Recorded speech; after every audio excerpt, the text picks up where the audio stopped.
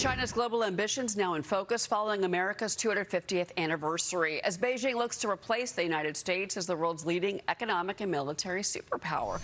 Wall Street Journal arguing that Xi Jinping is now drawing tactics from notorious authoritarian leaders like Stalin or Mao to expand his power and remain leader indefinitely. I spoke with former Deputy National Security Advisor Victoria Coates on Sunday. She explained how Chinese propaganda promotes communism and it is reaching our shorelines. Watch. China is so much more active in the information space than we are.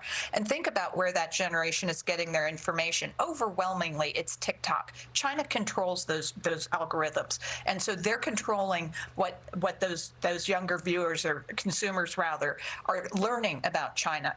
And they're not obviously learning about their genocide against the Uyghurs. They're not learning about the fentanyl coming into the United States, killing a lot of our young people. They're learning that China, is this great technological wonder, that they're going to lead on AI, that we shouldn't want to get into a war with China. Well, that's the last thing I want too.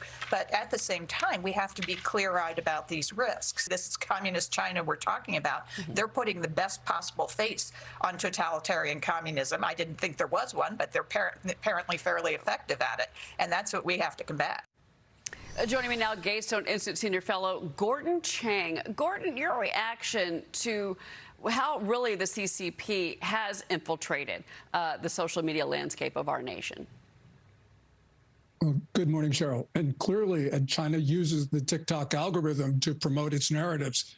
Right after Russia's invasion of Ukraine, we saw all of these pro-Russian narratives. There have been pro-Hamas narratives. 96.5% of the videos on Hamas on TikTok support that terrorist group. And that really indicates why we have all of these protesters on our college campuses promoting barbarism, torture, murder of Hamas. So it's very clear. They have used every channel to poison the minds of Americans. And clearly, this is something we know about. We have the means to stop it, but as a society, we have chosen not to do so. So yes, the Chinese are villains, but we've got to start defending our own society. This is on us. Yeah, well, and certainly TikTok, again, with that divestiture, that was the entire reason. But is it effective? And you're the second person to say to me, no, it's not. They're using the algorithm on TikTok to get this messaging across. Now, China ramping up pressure on Taiwan. Its Coast Guard is now expanding patrols east of the island. Beijing and Moscow are set to hold joint military drills this week. Xi Jinping reportedly just promoted 2 new military generals over the weekend as part of a reorg at the top, Gordon. I want to get your take on these latest moves from Xi Jinping. Yeah. On June 6th, China launched a civilian law enforcement patrol in the waters east of Taiwan in the Pacific. And at the same time, China announced that it had sovereignty over the Pacific. And this is stunning. Basically, this is international water, of course, and yet China believes that it has annexed the part of the Pacific Ocean. The United States has got to make a decision. I mean, where do we stop the Chinese? Do we stop them in Taiwan, or do we wait until they get off the shores of Hawaii and California?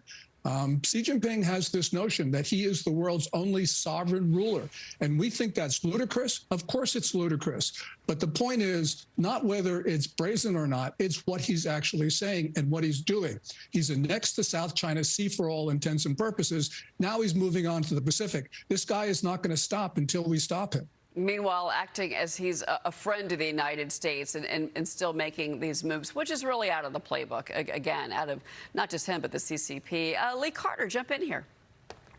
I really want to go back to the conversation about social media, if we can, because I go back to the conversations that we were having about Russia all the years ago and the influence they were having on the elections and our mindset.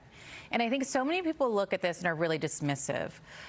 So much of our information comes through algorithms, through summarization, through AI, through TikTok. 70% of young people are getting their news this way. This is really a form of emotional warfare, of social warfare, What can Americans be doing to look out for this, or really make sure that they're taking this seriously? Because I think a lot of people are dismissive and saying, oh, I know what I'm looking at, I know what I'm doing, but they're not really clear on how much they're being manipulated and influenced. This is a whole new frontier, and I just want to make sure that people really understand what to watch out for. Well, Lee, the most important thing here is that we've known about this for a long time, and we have not been able to do anything about it. So obviously, if we want to stop China from poisoning America, from fomenting violence on our streets and all the rest of it, we're going to have to cut those links with the Chinese regime. I know that that's not politically possible at this point, but it's absolutely necessary if we're going to save our republic, because we've seen what the Chinese have done. In 2020, they were messing in our election. They were messing in our election in 2024. We see them in local elections, state elections. And, you know, this is something that we have the means to stop, because after all, Lee, this is our country. You know, Gordon, certainly it is such an important conversation as we move into the midterms, and the fact that, you know, the younger generation is absorbing this and believing it. To your point earlier about the Hamas videos and the support that we're seeing on college campuses, it really is, final word, it's just really disconcerting and almost heartbreaking that this younger generation doesn't understand the truth about what's happening overseas. Yes, I mean, we have an educational system that has sort of forgotten how great America is, because America has been and still is the greatest force for good in the world.